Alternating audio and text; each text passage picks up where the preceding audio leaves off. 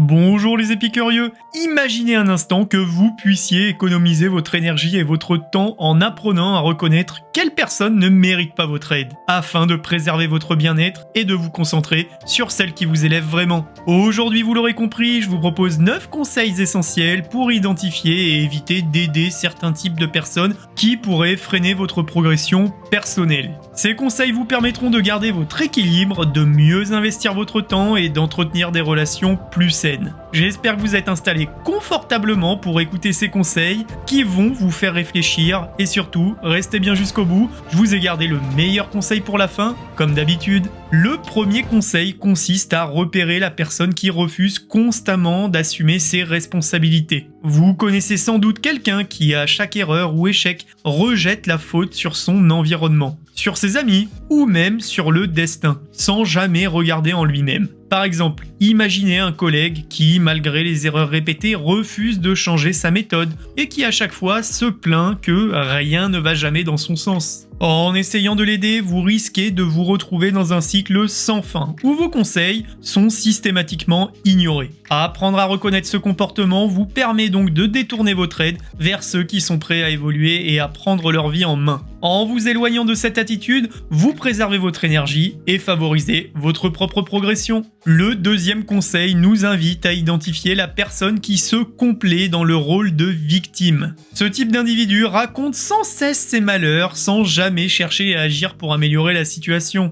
Imaginez un peu un ami qui à chaque conversation revient sur ses problèmes passés ou ses échecs, et pour qui chaque conseil semble se heurter à un mur de fatalisme. Votre aide, aussi sincère soit-elle, risque d'être interprétée comme une permission implicite à continuer dans cette voie d'inaction. Au lieu de vous épuiser à essayer de le convaincre, vous apprendrez à reconnaître que tant que cette personne ne souhaite pas s'extraire de son rôle, votre intervention ne fera qu'alimenter son schéma. Ainsi, en refusant de nourrir cette dynamique, vous encouragez peut-être inconsciemment l'émergence d'une attitude plus proactive.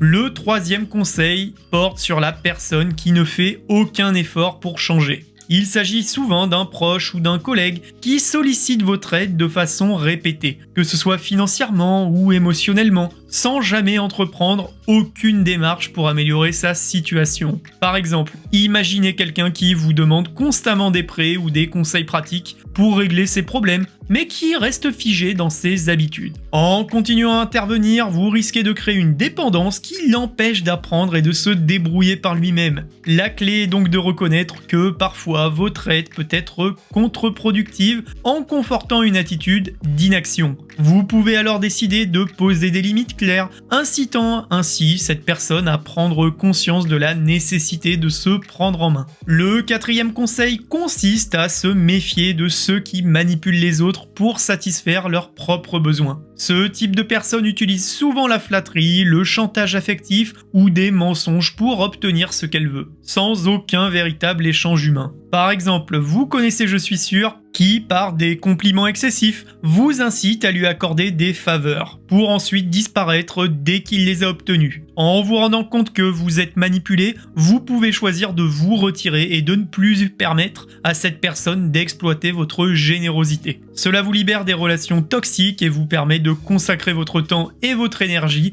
à des interactions plus authentiques et respectueuses. Le cinquième conseil concerne la personne qui critique constamment sans offrir de solution. Il s'agit de celle qui, au lieu de proposer des idées constructives, se contente de pointer du doigt ce qui ne va pas, transformant chaque échange en une source de négativité. Imaginez un peu une situation où, lors d'une réunion, un interlocuteur se focalise uniquement sur les défauts de votre projet, sans jamais suggérer de pistes d'amélioration. Dans ce cas, continuer à débattre ne fera qu'alimenter un climat de tension. Reconnaître ce comportement vous permet de décider de ne pas investir votre énergie dans des discussions stériles et de vous entourer de personnes qui, par leur soutien et leurs conseils positifs, vous encouragent véritablement à progresser. Le sixième conseil vous invite à faire attention aux personnes qui vous culpabilisent pour obtenir ce qu'elles veulent. Ces individus utilisent souvent la pression émotionnelle pour vous forcer à agir selon leurs désirs. subvenir, sans tenir compte de vos propres besoins. Par exemple, imaginez un proche qui, dès que vous refusez de lui prêter de l'argent